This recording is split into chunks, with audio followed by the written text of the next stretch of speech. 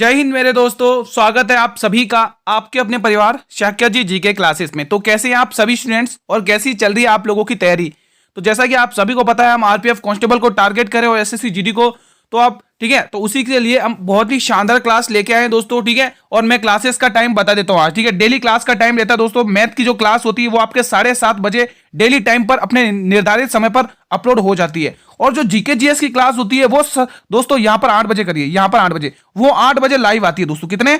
8 बजे लाइव आती है दोस्तों। 8 बजे लाइव करते हैं हम। ठीक है, 8 बजे डेली लाइव क्लास लेते हैं जीके जीएस की। तो आप डेली इस लाइव क्लास को डेली सभी स्टूडेंट को जुड़ना है दोस्तों। ठीक है, और हाँ दोस्तों, अगर आप लोग मैथ की ये क्लास दोस्तों एग्जाम तक ले लेते हैं, मैं दावे के साथ कह रहा हूं एग्जाम में 35 में से 35 करके हो गए, ये गारंटी है दोस्तों। ठीक है, आज ये मॉडल पेपर कौन सा? तीसरा दोस्तों। आज ये मॉडल पेपर मैथ का तीसरा मॉडल पेपर है भाई, तीसरा। और अंत तक बने रहेंगे दोस्तों, हर एक क्वेश्चन को ध्यान से पढ़ेंगे, बहुत ही शानदार ट्रिक्स के साथ क्वेश्चंस को फोड़ेंगे। ठीक है, पहला क्वेश्चन आपके स्क्रीन पर है, सभी वीडियो को कमेंट बॉक्स में आंसर करना है। ठीक है, 40 क्वेश्चन हमारे कवर हो गए थे ये मॉडल पेपर सीरीज के, हम वहीं से स्टार्ट करेंगे 41 से। ये आपके सामने दोस्तों इस टाइप के क्वेश्चन आरपीएफ एसआई में पूछे गए, सिंप्लीफिकेशन से रिलेटेड है ना। तो बहुत ही शानदार क्वेश्चन है, बताइए। एग्जाम तक जुड़े रहना साथियों, चुटकियों में क्वेश्चन सोल्व करोगे, ये गारंटी है। जिसको मैथ नहीं आती उसको उसकी मैथ भी स्ट्रांग होगी और फास्ट कैलकुलेशन भी होगी और एग्जाम में समय भी बचा पाओगे। बहुत ही शानदार ट्रिक्स के साथ बताऊंगा। पहले बोर्ड मास का रूल क्या कहता है, आप इसे सोल्व करिए पहले। ठीक है, बोर्ड मास रूल हमें यही कहता है ना। बोर्ड मास रूल क्या कहता है, पहले आप इसे सोल्व करिए। तो कितना हो जाएगा देखो, -9 और यहाँ पे +12 है, तो प्लस माइनस माइनस होता है। ठीक है, तो 12 में से 9 कटोगे 3 बचेगा प्लस का, और 1903 22 होता है, ये आ गया 22। ठीक है, अब 22 में से आप 27 घटाओगे दोस्तों, 27 घटाओगे तो 5 बचेगा, 5 बचेगा। 51 में से 5 घटाओगे दोस्तों तो 46 बचेगा, और 46 का जब आप 2 92 से भाग लगोगे तो आपके पास 2 बचेगा। हो गया ना, इतना इजी तरीके से। ऐसे ही क्वेश्चन करने दोस्तों, ऐसा ही करना है आपको एग्जाम में। अगला क्वेश्चन, इस क्वेश्चन को 100% बहुत सारे बच्चे गलत करेंगे, 10-12% लोग सही करेंगे। ठीक है, 16 का वर्गमूल कितना होगा, इसको बहुत सारे स्टूडेंट गलत करेंगे। इस क्वेश्चन को हल्के में लेके फटाफट से गलत करके 4 टिक करके आ जाएंगे बस, है ना, यही गलत हो जाएगा। साथियों, उसने वर्गमूल पूछा है, इस पर तो पहले से ही वर्गमूल लगा हुआ है ना, इस पर तो पहले से ही लगा हुआ है। उसने वर्गमूल पूछा यानी एक और स्क्वायर रूट पूछा है ना।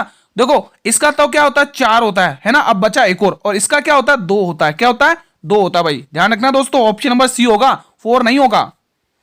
अगला क्वेश्चन, जब भी ऐसी सीरीज आपको दिख जाए, जब भी 10 की पावर 1 प्लस 10 की पावर 2 प्लस 10 की पावर 3, जब भी ऐसी कंटिन्यू सीरीज दिख जाए, ठीक है, तो शेषफल क्या बचेगा 6 से भाग करने पर। तो आपको हमेशा ध्यान रखना, जब भी ऐसा क्वेश्चन दिख जाए दोस्तों, तो हमेशा ध्यान रखना आपको ऐसा ही करना है। क्या करना है, यहां पे 10 की पावर कितनी, 100 है, 100 का 4 गुना करके 100 का 4 गुना करके 6 से भाग कर लो, आंसर आपके कदमों में, शेषफल आपको पता चल जाएगा।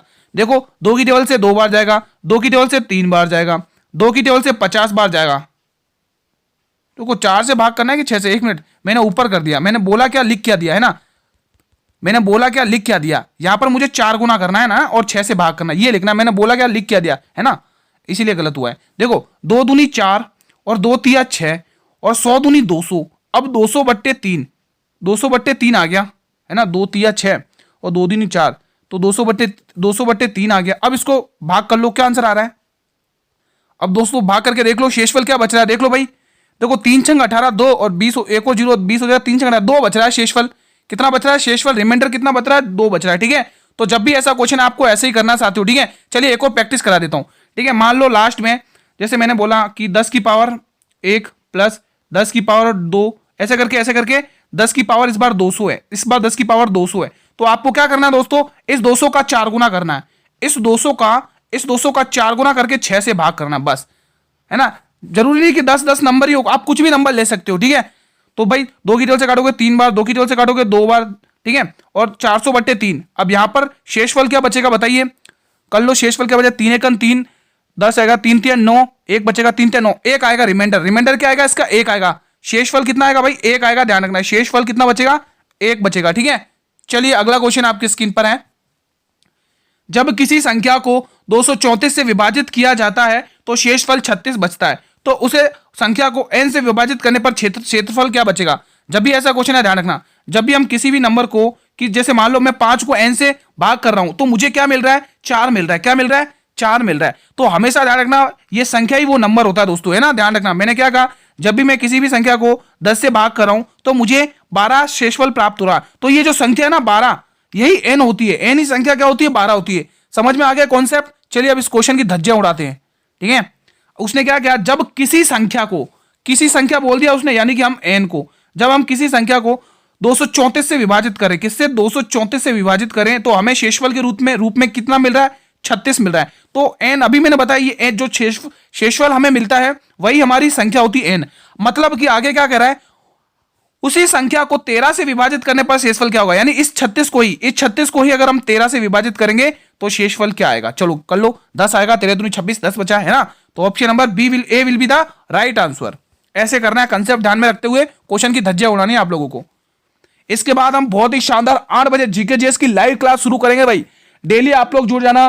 देखो वहां पर भी मॉडल पेपर सीरीज चल रही है जीके जीएस की, और आपके मैथ की भी मॉडल पेपर सीरीज चल रही है। ये मैथ की मॉडल पेपर सीरीज आप एग्जाम तक ले लेना, और आप खुद आकर कहोगे कि गुरुजी मजा आया, मेरे को मैथ भी समझ में आई और मैं अच्छा स्कोर भी करके आया। ये गारंटी है, बिल्कुल आपके एग्जाम ओरिएंटेड ही कंटेंट है, कोई वैसा कंटेंट नहीं है, ठीक है। बिल्कुल एग्जाम ओरिएंटेड, आपके एग्जाम को टारगेट करते हुए पूरा कंटेंट तैयार है। दो संख्याओं का एलसीएम उनके एचसीएफ का 12 गुना। यदि एचसीएफ और एलसीएम का योग 403 है और एक संख्या 124 है तो दूसरी संख्या ज्ञात करिए। बहुत ही शानदार क्वेश्चन है, बहुत ही शानदार क्वेश्चन है। चलिए एक तरफ तो एलसीएम लिखिए, लेसा लिखिए, और एक तरफ मैसा यानी कि एचसीएफ लिखिए। उसने क्या क्या, ध्यान से पढ़िए। दो संख्याओं का एलसीएम एचसीएफ का 12 गुना है, एचसीएफ का 12 गुना है, एचसीएफ का क्या है मेरे वीरो, 12 गुना है। चलो मान लेते हैं दोस्तों हमारा ये 1 एचसीएफ है, तो इसका 12 गुना क्या हो जाएगा, 12 हो जाएगा, है ना। इस एचसीएफ का 12 गुना एलसीएम हो गया, है ना। अब उसने क्या कहा, उसने कहा है कि ये 12x है और ये 1x, ठीक है। ये उसने क्या कहा है, एचसीएफ और एलसीएम का योग दे रखा भाई 403। आपका योग यहाँ पे कितना रहा, 13x। कितना रहा हमारा योग, कितना रहा, 13x। लेकिन वो कह रहा भाई 13x नहीं 403 है। तो इस 13x की वैल्यू 403 कितने गुना हो रही है देख लो, 13 तिया 39, एक बचेगा 13 एकम 13 यानी 31 आ रहा है ना।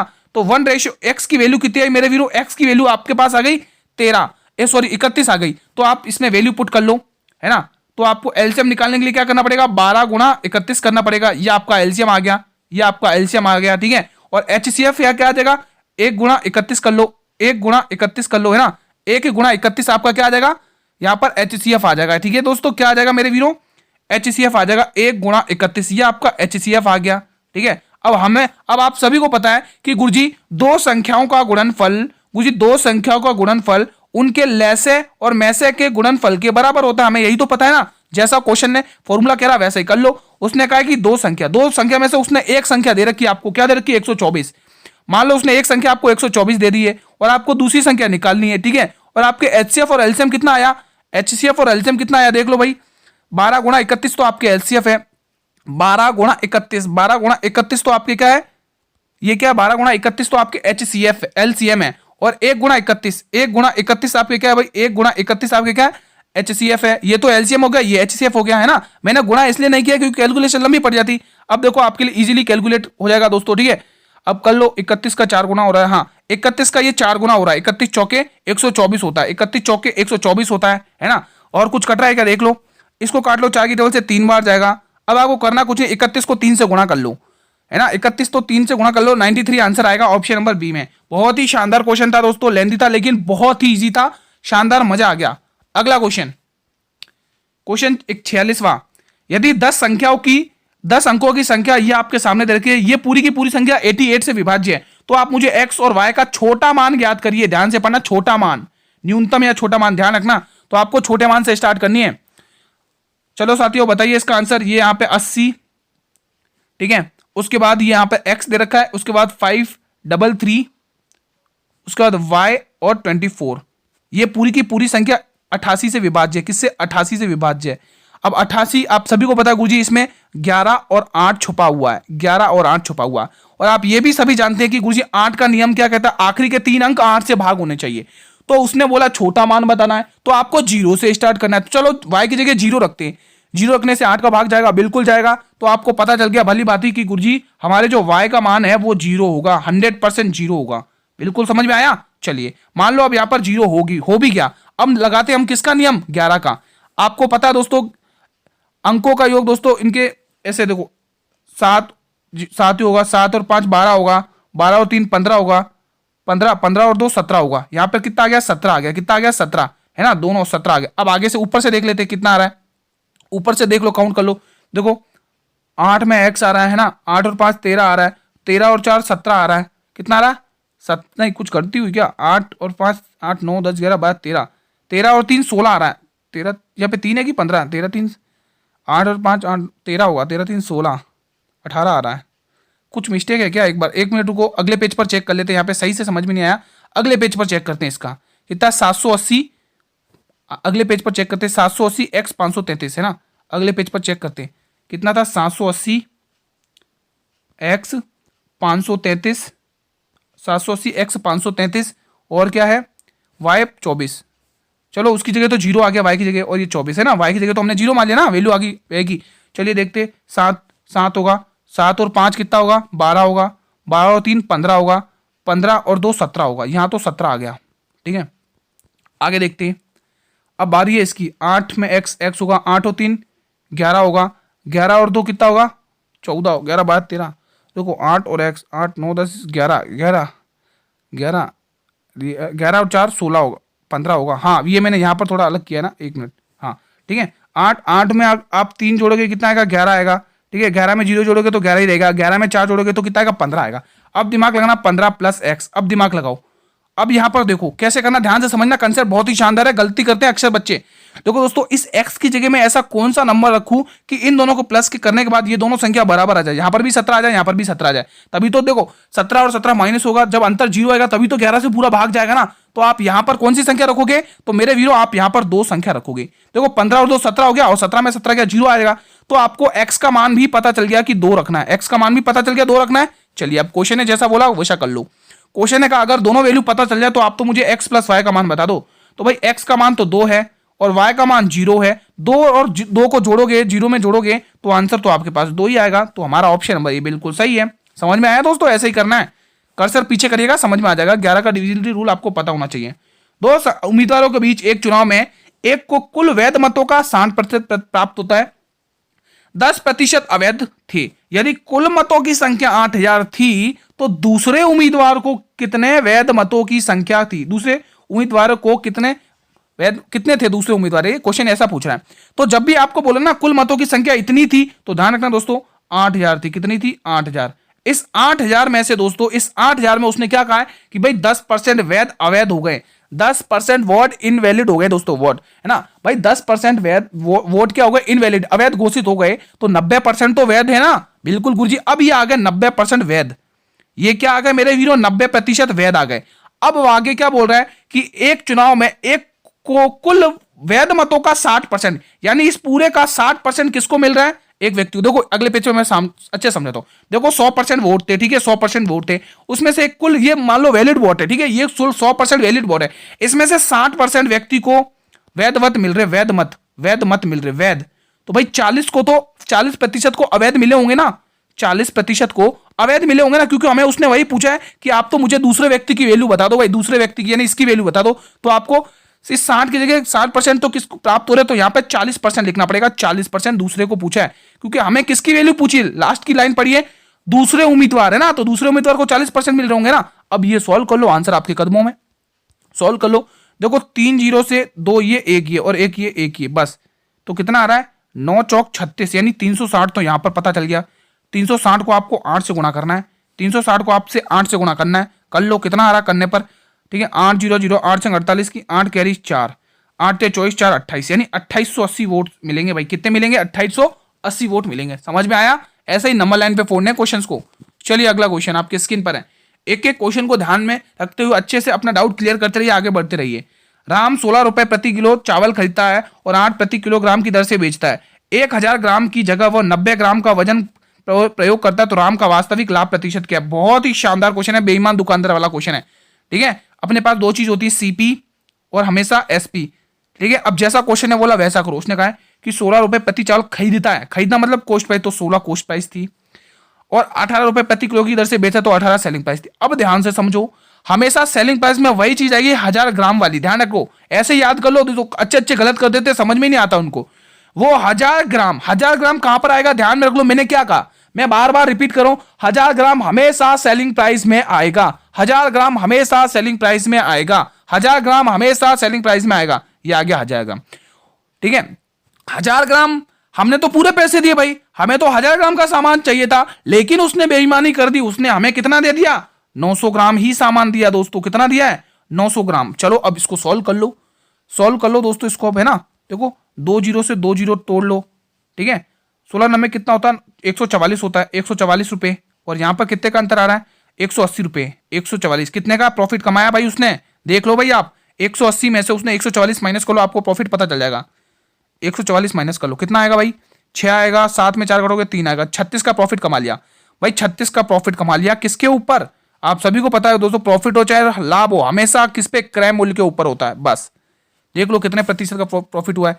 ये 36 का 4 गुना होगा क्या, 3 चौक 12, 6 चौक 24 हो सकता है। 6 चौक 24 की 4 कैरी दो, हाँ एक काम करो, 6 चौक 24 की 4 कैरी दो, 6 18 18 नहीं, एक काम करते हैं हम इसको 8 की टेबल से 9 की टेबल से काटे, 9 5, हाँ 9 की टेबल से काट देते, ठीक है। 9 चौक 36, ठीक है, 9 एकम 9 और 9 छंग 54, 4 की टेबल से 4 बार, और 4 की टेबल से 100 को काटोगे, 25% का लाभ कमाया भाई उसने। कितने का, 25% का लाभ कमाया। समझ में आया क्वेश्चन कैसे करना है, बहुत ही शानदार था भाई।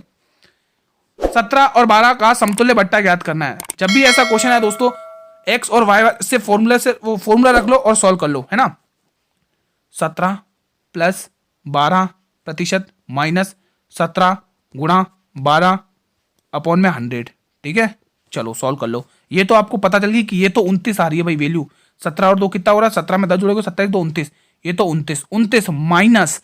अब देखो करना कैसे, आपको क्या करना है, 17 का 12 से गुणा कर लो, 17 का 12 से गुणा कर लो, कितना आ रहा है, 12 7 84 की 4 कैरी 8, 12 एकन 12 और 2 20, कितना आया 20, 200 और नीचे क्या है भाई 100। जब आप 204 में 100 का भाग दोगे तो आंसर क्या आएगा 2.04, कितना आएगा 2.04, ठीक है। तो आपको क्या करना है, 29 में से 2.04 माइनस कर लेना, आंसर आपके कदमों में। देखो 29 में से 2 माइनस करोगे कितना आएगा, 29 में से 2 माइनस करोगे 27 आएगा, कितना आएगा 27, और 27 में आप जब 0.4 माइनस करोगे तो जो आपके पास आंसर आएगा 26.96% आएगा। दोस्तों आई होप आपको समझ में आया होगा, समझ में आया ना दोस्तों कैसे करना है, ठीक है। हमारा आंसर ऑप्शन नंबर डी है भाई। अगला क्वेश्चन आपके स्क्रीन पर बहुत ही शानदार, 4 संख्याओं का औसत 32 है, 3 अन्य संख्याओं का औसत 30 है, तो सभी 7 संख्याओं का औसत ज्ञात करना है, सभी 7। इजी क्वेश्चन है भाई, जल्दी से फोड़ लो।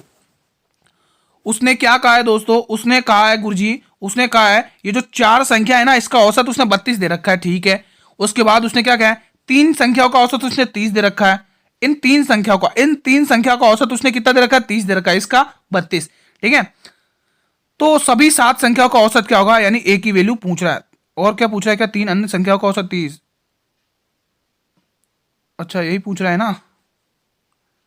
कितना हुआ, 4 संख्याओं का औसत, चलिए सॉल्व कर लो। देखो हमें पूरी सभी 7 संख्या, इन सभी 7 की और ऊपर ए की वैल्यू पूछी है, तो इनको गुणा कर लो, कितना होगा, 32 चौके कितना होता है भाई, 4 3 12 4 2 8, 32 चौके 128 होता है। 128 प्लस ये कितना हो रहा है, 30 से 90, इनको जोड़ लो कितना आएगा, और 90 और 2 18 218 के समथिंग आएगा, 218 आएगा, 218 है ना। अब 218 को आपको 7 ए की वैल्यू निकालना है ना, 218 को आपको 7 से भाग करना है, आंसर आ जाएगा दोस्तों, है ना।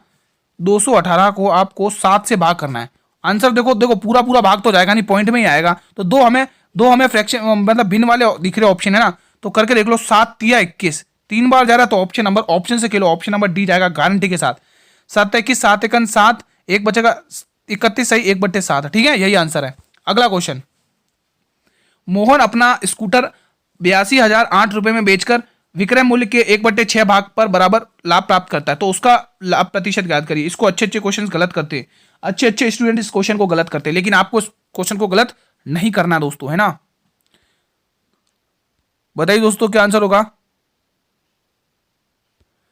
तो आप सभी तो आपको पता, उसने क्या कहा है कि बेचकर विक्रय मूल्य के 1/6 भाग पर, विक्रय मूल्य बोला, विक्रय मूल्य, तो ये 1/6 जो है ना, ये जो 1/6 संख्या है ना, इसका ये जो 6 है ना, ये विक्रय मूल्य है भाई। उसने विक्रय मूल्य बोला, विक्रय मूल्य सेलिंग प्राइस बोला है।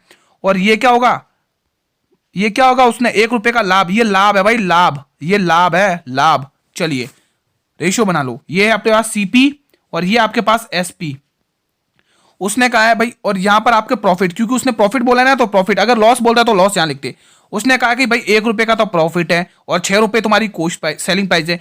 अब आपको यहां पर ऐसी वैल्यू रखनी है, ऐसा क्या रिलेशन रखें कि आपको जो रिलेशन 1 रुपए का प्रॉफिट हो जाए। कैसे होगा, जब आप यहां 5 रखोगे, यानी कि सेलिंग प्राइस में से प्रॉफिट को गिराओगे, कॉस्ट प्राइस आ जाएगी। फॉर्मूला पता है ना, हम प्रॉफिट कॉस्ट प्राइस कैसे निकालते हैं कि सेलिंग प्राइस में से प्रॉफिट या लॉस को घटा देते, हमारे पास कॉस्ट प्राइस आ जाती है ना।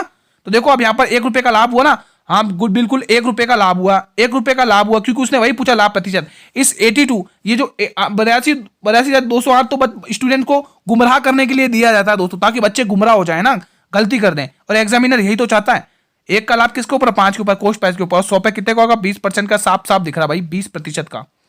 कितने का प्रॉफिट होगा मेरे वीरों, 20% का। ये आपको ध्यान रखना, ऑप्शन नंबर बी। अगला क्वेश्चन आपकी स्क्रीन पर है। ए तथा बी की चालों में 3 और 4 का अनुपात है। ए गंतव्य स्थान तक पहुंचने में बी से 15 मिनट अधिक समय लेता है, तो बी उसी स्थान पर पहुंचने के लिए कितना समय लेगा।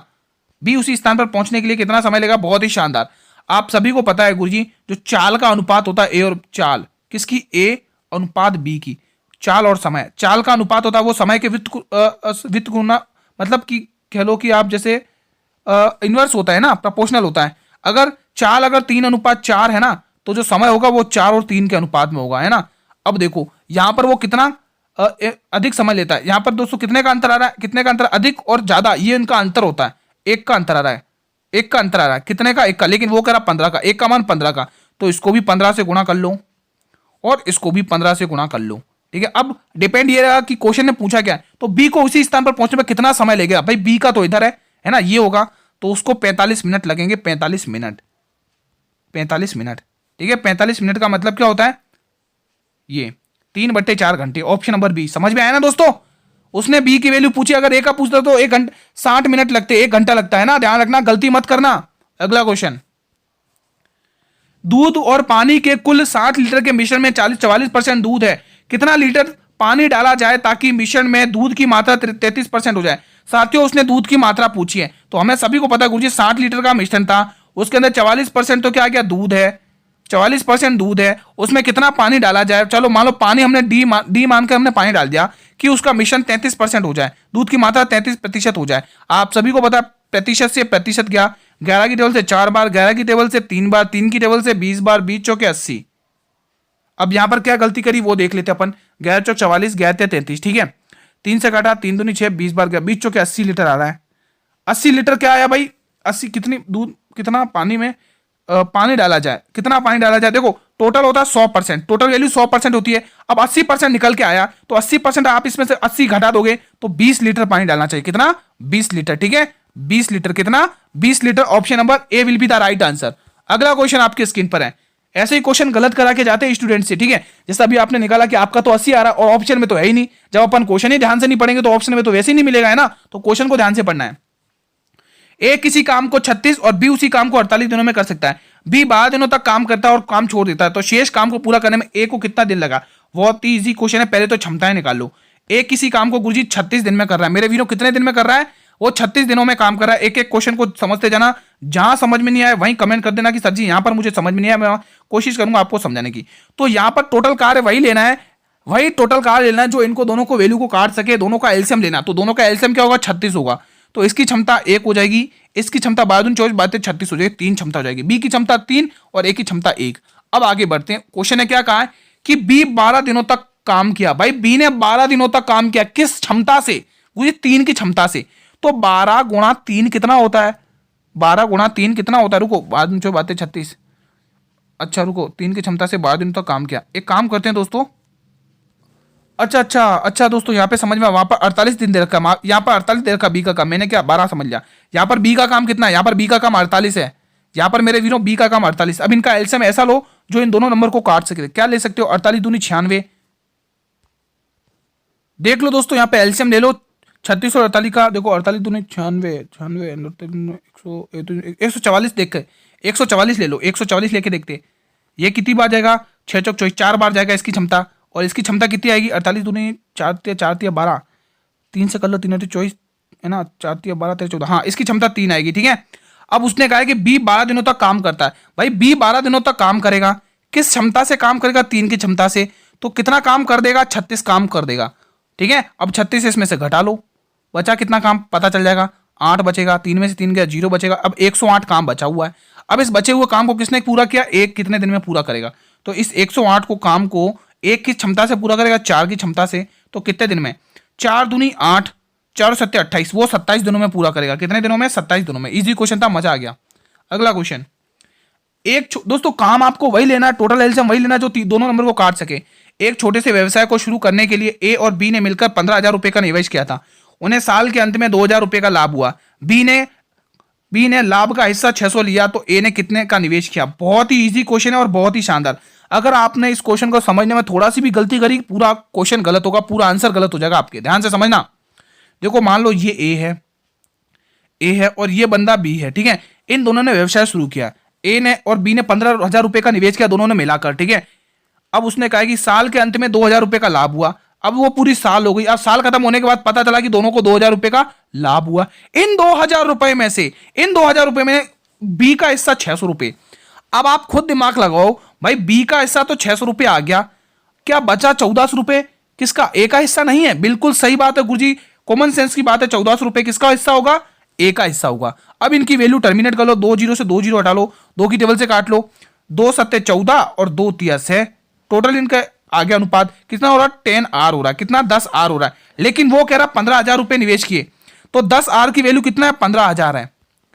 10R की वैल्यू कितना? 1000 काट लो, एक रेशियो का मान 1500 पता चल गया। 1 रेशियो का मान आपको कितने का पता चल गया? 1500 का, ठीक है। 1 रेशियो का मान 1500 पता चल गया। उसने पूछा क्या? ए का निवेश बताइए। ए ने तो 7 के हिसाब से निवेश किया, तो 7 से गुणा कर लो। 15 सत्ते 105, 15 सत्ते 105 और ये double zero, A 10,500। Option number A will be the right answer. Easy question था, मजा आ गया। 56वां, एक माँ और पुत्र की औसत, दोस्तों औसत वाला ध्यान रखना, औसत आयु 42 है वर्ष है, तो उनकी आयु का अनुपात दे रखा है। पुत्री की आयु का ज्ञात करिए। आपको पता एक तरफ तो माँ है भाई और एक तरफ पुत्री है, ठीक है। एक तरफ पुत्री है, इनकी औसत आयु का आयु का अनुपात कितना दे रखा है? माँ का 9 अनुपात दे रखा है और पुत्री के आयु का अनुपात 5 दे रखा है, ठीक है। अब यहाँ पर टोटल कितनी हो रही है? 14R। कितनी हो रही? 14R रेशियो हो रहा है, ठीक है। लेकिन हमारा टोटल 14, लेकिन उसका क्या? 42। अब ध्यान रखना, 42 का 42 रख दिया तो गलत होगा भाई। उसने क्या बोला है? एक माँ और पुत्री 2 जने है ना, एक माँ और पुत्री 2 रेशियो है ना, तो 2 गुणा 42 कितना होता है? औसत ऐसे नहीं निकालना ना, तो कितना होगा? 4 दूनी 8 और 2 दूनी 4, 84 होगा। 84, ठीक है। हमारा इसका योग 84 है और हमारा 14, तो 84 इसकी वैल्यू दे रखी है। 1 रेशियो का मान आ गया भाई। 1 रेशियो का मान कितना आ गया? 14 पंचे 70, 14 छंके 84, 6 आ गया। उसने पूछा कितना? पुत्री की आयु 6 पंचे 30, 6 पंचे 30, 6 गुणा 30, पुत्री का पूछा ना, तो 30 आंसर आएगा। किस ऑप्शन में भाई? ऑप्शन नंबर बी में मिल गया हमें, ठीक है। इजी क्वेश्चन था। अगला क्वेश्चन देख लो। निम्न में से बहुत छोटी से छोटी संख्या कौन सी है जो 18, 24 और 36 से विभाजित करने पर प्रत्येक स्थिति में 3 शेषफल बताता हूं? 3 शेषफल बचा रहा है दोस्तों। एक काम करता हूं, मैं इसको ऑप्शन से नहीं करते हैं, इसको ऐसे करते हैं, ठीक है। 3 शेषफल बचा रहा है। अगर मैं 3 घटा दूं इन सभी नंबर में से, तो ये 18, 24 और 36 से पूरी तरह से भाग होगा कि नहीं होगा? बिल्कुल सही बात है। 3 घटाएंगे तो कितना बचेगा गुरुजी? 72 बचेगा। 3 घटाएंगे गुरुजी तो कितना बचेगा? 90 बचेगा। 99 घटाएंगे 3 में से 99 में से 3 घटाएंगे तो 96 बचेगा। 111 में से 3 घटाएंगे तो कितना आएगा? 111 में से 3 घटाओगे तो 108 आएगा। अब देखो ये नंबर पूरे पूरे भाग करेंगे। उसने क्या बोला? छोटे से छोटा नंबर, तो इसमें से सबसे छोटा नंबर पहले 72 को पकड़ो। क्या 72 का भाग 18 में जाता है? 18 चौक 72 बिल्कुल जाता है। 24 का 24 दूनी 48, 24 72 बिल्कुल जाता है। 36 दूनी 72 बिल्कुल जाता है। यानी ऑप्शन नंबर ए सही है। देखा ना, समझ में आया? देखो 24 का भाग 90 में तो कभी जाएगा ही नहीं, है ना। 36 का भाग 136 का 36 3 9 3 36 दूनी 72, इसमें भी नहीं जाएगा शायद। हाँ, इसमें भी जाएगा नहीं, ठीक है। और 18 में 108, 24 और 24 का भाग 108 में जाता ही नहीं। बता भी ऑप्शन यही है, ठीक है। ऐसे करना है ऐसे क्वेश्चन को। सोहन 80 रुपए में 16 संतरे खरीदता है और 168 में 30 संतरे बेच देता है, तो उसका लाभ प्रतिशत। इजी क्वेश्चन है भाई। कॉस्ट प्राइस कैसे निकालोगे? कॉस्ट प्राइस वो क्या कर रहा है? 80 रुपए के, हमें हमेशा रुपए में वस्तुओं का भाग जाएगा, 16 कर देता है, तो कितने रुपए का कॉस्ट प्राइस है? 5 रुपए का। और सेल कितने कर रहा है? वो 168 संतरे, 168 रुपीज में कितने? 30 संतरे सेल कर रहा है। तो काट लो, कितनी बार जाएगा? 3 और 5 15, 5 की टेबल से काट लो, 5 दियो 5 थे 15। कुछ गलती हुई क्या? एक बार देख लो, एक बार काट के देख लो। 8 से 14 15, 3 से काट के देख लो कितनी बार जाएगा? 3 की टेबल से काट लो, 3 ढाई 30 10 आएगा। और 3 की टेबल से काटो, 3 और 5 15, 3 छंग 18, यानी 5.6। कितना आएगा मेरे हीरो? 5.6। कितना आएगा? 5.6 में बेच रहा है। आप 5 रुपए का सामान ला रहे हो और 5.6 में बेच रहे हो, तो साफ साफ नजर आ रहा है कि गुरुजी 0.6 का प्रॉफिट हो रहा है। और आप सभी को पता है गुरुजी 0.6 का प्रॉफिट हो रहा है, किस पे निकलता है प्रॉफिट और लॉस? हमेशा कॉस्ट प्राइस पर। और आपको पूछा कितने का? 100% का मान पूछा है, तो यहां पर जाएगा 20 और 20 को 0.6 से गुणा करोगे 12% आएगा। 12% करके देख लो, 20 को 0.6 से गुणा कर लो 12% आएगा। दो संख्याओं का एलसीएम और एचसीएफ दे रखा है और उनमें से एक संख्या दे रखी है, तो दूसरी संख्या मैंने कल भी बताया और अभी भी बता रहा हूं, जब भी ऐसा है हमें पता है दो संख्याओं का गुणनफल उनके लैसे और मैसे के गुणनफल के बराबर होता है। तो एलसीएम और एचसीएफ दे रखा आपको कितना? 196 गुणा 7 और आपको एक संख्या दे रखी है 49 गुणा बी आपको निकालना है, दूसरी संख्या निकालनी है। तो 6 बार जा रहा है क्या ये? 9 नहीं 7 और 9 छंग 54, 6 बार नहीं जा रहा है। एक काम कर लो, बड़ा 7 से ही काट लो, 7 7 9 5, 7 दूनी 14, 7 दूनी 14, 5 बचेंगे, 7 8 56, 7 चौके, ठीक है, ये कट गया 4 और 7 चौके 28, 28 आंसर आ गया। गुणा करने पर 28 आंसर आ गया। Option number B. अगला क्वेश्चन, ये क्वेश्चन क्लास का अंतिम प्रश्न है। वह लघुत्तम संख्या ज्ञात करें जो 12, 63 और 81 से पूरी तरह से भाग है। अब ध्यान रखना दोस्तों, मैं यहाँ पे लेता हूँ 81 को। 81 में क्या छुपा हुआ गुरुजी? एक तरफ से 9 छुपा हुआ, 90 90 81, 9 छुपा हुआ है, तो 9 का मल्टीपल चेक कर लो। फोड़ दो क्वेश्चन को। 6 3 9 10 11, ये 9 का मल्टीपल नहीं है। 4 3 7 8 9, 4 3 7 8 9, ये है, ये हो सकता है। 4 2 6 7 8, ये नहीं है।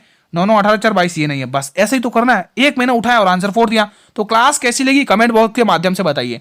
बहुत ही शानदार क्लास थी दोस्तों, बिल्कुल आपके आरपीएफ एसआई के अकॉर्डिंग जो पेपर आया था उसी के अकॉर्डिंग डेली कंटेंट वाइज पढ़ाया जा रहा है, ठीक है। आप ये ना समझे कुछ इजी क्वेश्चन है दोस्तों, 10th का और इजी आएगा, बेफिक्र रहिए। खाली आरपीएफ एसआई में 4 से 3 क्वेश्चन ऐसे थे जो थोड़ा कॉम्प्लिकेट थे ना, जो सीएएसआई के। तो बताना दोस्तों क्लास कैसी लगी। अभी तक जिस भी वीर ने क्लास को लाइक नहीं किया, मेरे वीरों क्लास को लाइक कर लो, और अभी तक जिसने भी शेयर नहीं किया शेयर भी कर लो दोस्तों। बेफिक्र रहिए, आपको डेली टाइम क्लास का बता दिया, टाइम पर जुड़ जाया करो दोस्तों, बिना कहें दोस्तों, ठीक है। और हाँ दोस्तों, अभी तक जिसने चैनल को सब्सक्राइब नहीं किया है तो जल्दी से चैनल को सब्सक्राइब कर लो और बेल नोटिफिकेशन को प्रेस कर लो, ताकि मैं जब भी क्लास लेके आऊं तो यूट्यूब सबसे पहले नोटिफिकेशन आपको ही भेजेगा दोस्तों, है ना। और हाँ दोस्तों, इसके बाद हमारी शानदार जीके जीएस की क्लास है, जीके जीएस लाइव क्लास है भाई। जीके जीएस की लाइव क्लास है, लाइव 8 PM पर। अभी सभी को जुड़ना है। 8 PM पर हमारी डेली जीके जीएस की लाइव क्लास होती है भाई। मैं बता दे रहा हूँ, एग्जाम ओरिएंटेड पढ़ाया जा रहा है आप लोगों को, ठीक है। और अभी तक जिस भी स्टूडेंट ने चैनल को सब्सक्राइब नहीं है, सब्सक्राइब कर लेना। और फ्री पीडीएफ आपको मेरे टेलीग्राम ग्रुप पर मिल जाएगी। इस अभी जो क्लास हुई ना, इसकी फ्री पीडीएफ, इन सभी की फ्री पीडीएफ टेलीग्राम ग्रुप पर मिल जाएगी। और टेलीग्राम ग्रुप का लिंक कहां मिलेगा? तो इस वीडियो के डिस्क्रिप्शन बॉक्स जाइए, वहां पर आपको बहुत सारी प्लेलिस्ट मिलेंगी और वहां पर आपको टेलीग्राम ग्रुप का लिंक भी मिलेगा, वहां से ज्वाइन कर लो, ठीक है साथियों। कल हम इसी टाइम पर मिलेंगे एक नई क्लास के साथ, एक और शानदार मॉडल पेपर के साथ। आज हमारा तीसरा मॉडल पेपर कंप्लीट हो चुका है। कल हम इसी टाइम पर मिलेंगे। तब तक मेरे वीरों, जय हिंद, जय भारत, वंदे मातरम। धन्यवाद दोस्तों।